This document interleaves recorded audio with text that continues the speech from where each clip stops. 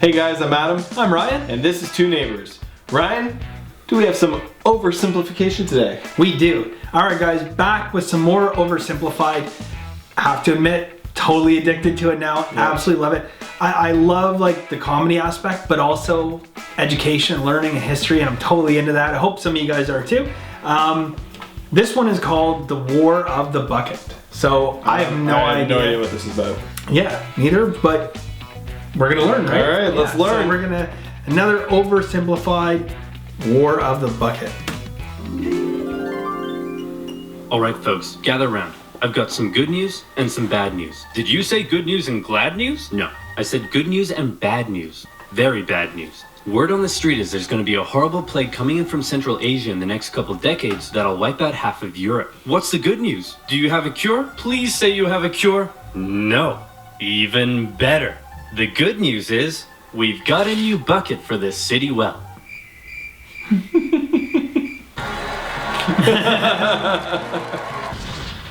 The War of the Bucket. To understand the War of the Bucket, we first need to talk about this guy. He's the man with the plan, the host with the most. He's holy, lowly, he eats ravioli, with the white cassock, matching pellegrina, and the most tasteful of fringed fascias. Come on, y'all know who I'm talking about. It's the Pope, the head of the largest religious organization in the world. But what if I told you he wasn't always the big bad boy powerhouse he's often thought as today? That's right, throughout history, the papacy often found itself forced to wrestle against adversity and opposition to retain its authority. The earliest popes, for example, suffered under the brutal persecution of the Roman Empire, and many ended up martyred, such as Pope Clement I, who was ostensibly thrown into the sea with an anchor around his neck. On the bright side, however, he's now the patron saint of fishermen. After persecution finally ended, the Pope still found himself being heavily controlled by secular kings and nobility. For over 2 centuries, the Byzantine emperor basically decided who could become Pope. Then came a real low point, during what has been called the Dark Age, a period where noblewomen controlled the Pope through, how should I put this, feminine charm. It was around here that one infamous Pope, John XII, took office. This bad boy would hold, how should I put this, naughty no-clothes parties in the Lateran Palace. And apparently, this would even happen. Come on, Zeus, give me a 6. Did I say Zeus? I meant Thor. Ra, the Egyptian sun god? Dang it, who is it we worship? Perhaps you should read this, Your Holiness.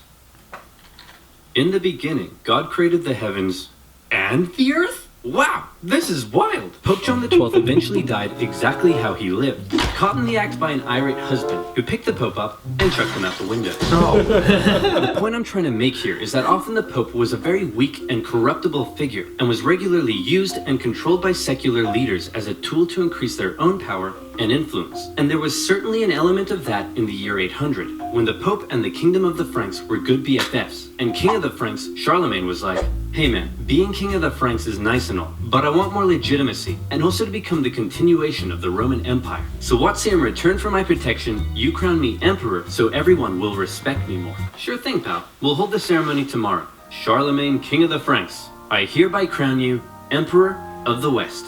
Oh my goodness. I was not expecting this at all. What a surprise. I simply cannot accept.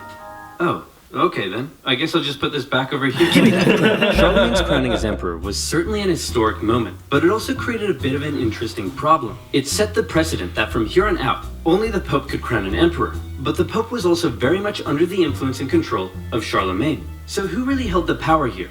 The Pope or the Emperor? I'm sure that this conflict won't cause anyone to die. Bishop of Freising, we want to thank you once again for visiting our wonderful city. It's been an honor. The pleasure is all mine, and what a wonderful tour it's been. I've seen the city walls, I've seen the towers, nothing could top that. Oh, couldn't it? Because we've saved the best for last. Ta-da! Yes, that's very interesting. Isn't it the greatest thing you've ever seen? Well, I mean, it is just a bucket. Get him out of here! Over time, Charlemagne's position as emperor and the kingdom of the Franks gradually evolved into the Holy Roman Empire. And by now, the Pope and the Emperor weren't such good friends anymore, since neither could agree on who was the boss of who. To make matters worse, the Emperor had taken to investing his own bishops and abbots. What does that mean? Well, allow me to explain. The problem for the Holy Roman Emperor was his empire wasn't really an empire, so much as a nightmarish federation made up of hundreds of counties, duchies, bishoprics, and more. The princes in charge of these local regions often didn't give the emperor their loyalty. The German nobility spent a lot of their time rebelling against the emperor, and the emperor spent a lot of his time trying to put down those rebellions. Can we get rid of them? Who? All the nobility. Get rid of them and pick new ones who are loyal to me. You can't just remove noble families from their territory. Please? Aw, okay, how about this? Some of those territories are ruled by bishops and abbots, and as Holy Roman Emperor, considered by many to be the deputy of Jesus Christ himself, perhaps you can choose who gets to become bishop and abbot. Yay! Now it's time to turn out the lights and go to sleep. Okay, I love you. Okay, good night. Say it back. And so it was. The emperor invested his own family and loyal followers into powerful church positions, and thereby was able to increase his own power and authority. Not only that, but the emperor and other nobility were also engaging in something called simony. That's when someone would come along and say, hey, I want to become a bishop and get all the personal riches that come with the position. Perhaps we could come to some kind of arrangement. That's right. Church positions were actually being sold to the highest bidder. And let me tell you, they probably didn't come cheap. Wait a minute! This is depravity! The purpose of the church isn't for him to increase his own authority and power. It's for me to increase my own authority and power. What about Jesus, Your Holiness? What? I thought the purpose of the church was to spread the good message of Jesus Christ. How drunk are you? Very. Alright, the results for the election of Chief Magistrate are in. Giovanni Cablami, 1%. Spaghetti Jeff, 2%. And the bucket, 1 trillion %. Around the year 1050, a series of reformist popes came along, and they said enough was enough. They wanted to stop the emperor from abusing the church and investing his own church officials. How are you going to stop me so long as I have control over who becomes pope? Remember the circular power division? If you try to stop me, I'll just depose you and pick someone else. Oh no, I've contracted tuberculosis. And just like that, the emperor was dead. His 6-year-old son, Henry IV, took over. And as we all know, child emperors equal opportunity. The church had an opening to take back control of the papacy. Hey man, I hope you don't mind, but we're changing the rules so that only the church cardinals can elect the pope, and you no longer have any say in the matter. You know, if that's cool with you. I peed my pants. Okay, great talk. Then, with the position of the Pope a little more secure, he held a big meeting where he drew up a big list of all the reforms and new powers he was giving himself. And it included some pretty gnarly stuff. Okay, first, I have the power to depose emperors. Everyone cool with that? Yeah? Let's see. Only I can depose or reinstate bishops. Yeah? Alright, no one can judge me. All princes shall only kiss my feet.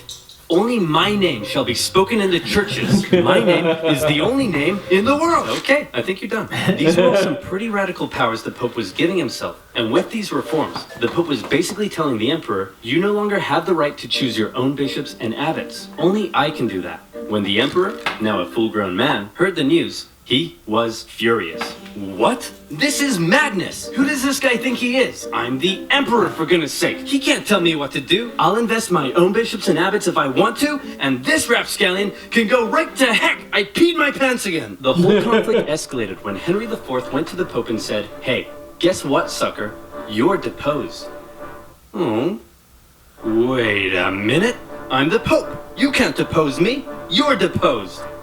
Oh? Wait a minute, I'm the Emperor. You can't depose me. You're deposed. Oh. Wait a minute. Eventually, the German princes took advantage of the situation, and they all turned against Henry.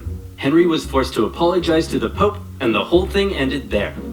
Except it didn't. The whole conflict, known today as the Investiture Controversy, would continue on for centuries as popes and emperors engaged in a power struggle over the emperor choosing his own church officials.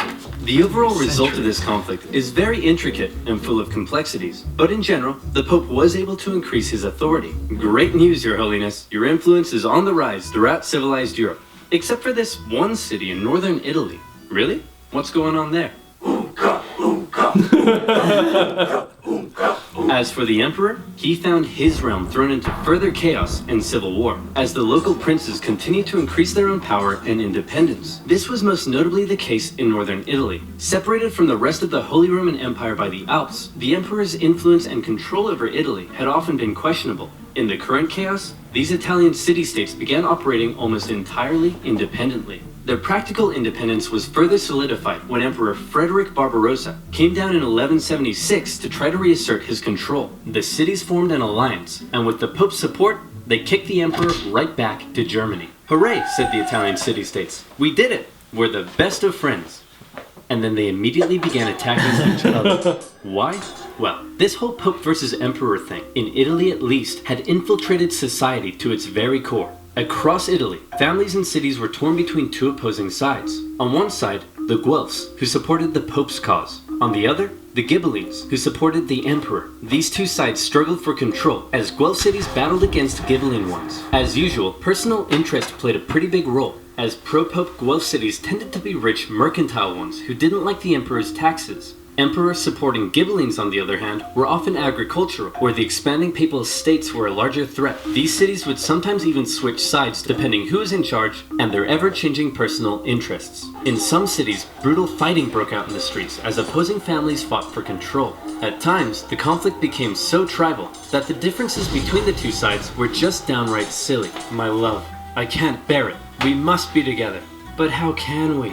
My Ghibelline family wears feathers on the left side of their caps, and your Guelph family wears them on the right. My Ghibelline family cuts fruit straight down, and your Guelph family cuts fruit crosswise. These are arbitrary differences. We shouldn't let them tear us apart. We can be together no matter what our families think. Wonderful news! Let's make a toast to our love. I'll drink from my Ghibelline smooth goblet, and I shall drink from my Guelph chaste goblet.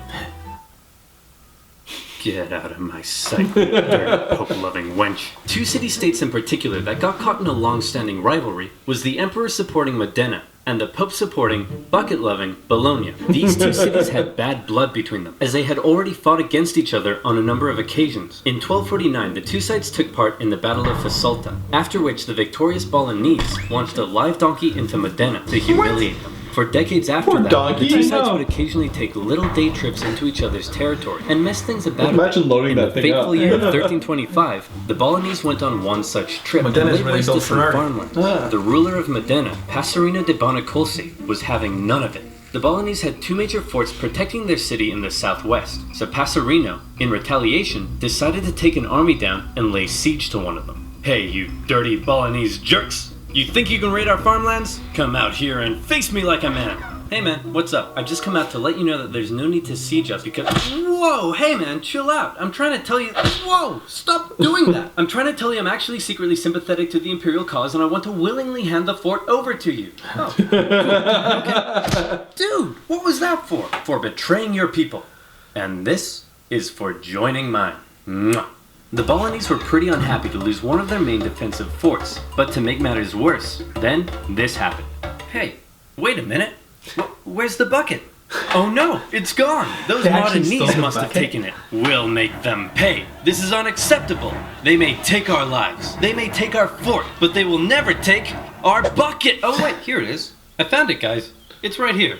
Phew. Could you imagine if we started a war over that? That would have been really stupid, and there'd probably be a billion videos about it on YouTube one day. Thank goodness it never actually happened. That's right. The famous story you may know about the War of the Bucket, that the war started because Modena stole Bologna's bucket, doesn't actually seem to be quite right. I was surprised to find that the bucket was likely not actually stolen at the start of the war. And at this point, I want to thank and give a big shout out to fellow history YouTuber M. Laser. He's the one guy I found who actually translated a fantastic original Italian source, and then kindly allowed me to use his work in my own research. He does really well researched and in-depth videos, and definitely deserves way more subscribers, so please head on over and check him out. The real reason Bologna seems to have declared war on Modena is simply that they both hated each other, supported opposing factions, the Pope had called on Guelph cities to attack Passerino, and Bologna wanted its fort back. And they were gonna get it back. Bologna had a large force, much larger than what Modena could muster up, so they felt pretty confident.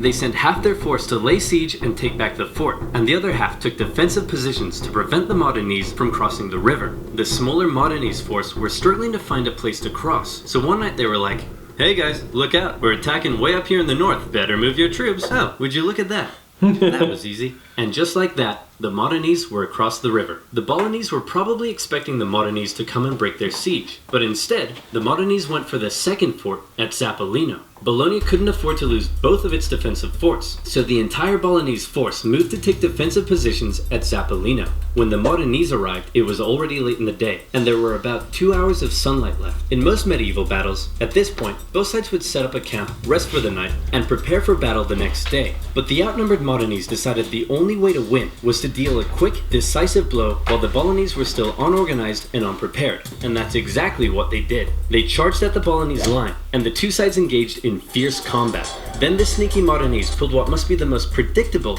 yet somehow consistently surprising move in medieval warfare. They sent the cavalry around the side and hit them from behind. Bing bang bong, the Bolognese went on the run. With casualties in the thousands, Modena had won, and the Modenese cavalry chased the Bolognese cavalry all the way back to the city.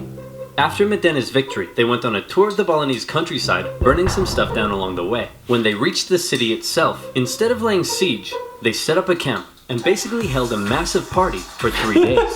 The defeated Bolognese could only sit back and watch. As the Modenese force began packing up and getting ready to leave, they noticed something. Oh my gosh. Hey, check this out. No way. Are you kidding me? They're still using traditional wells. Hey you dumb Bolognese, ever heard of an artesian well? You can't even get water out of the ground without using a stupid bucket. It's not a stupid bucket. It's a wonderful bucket. Yeah, whatever, bucket boy. We're taking this with us.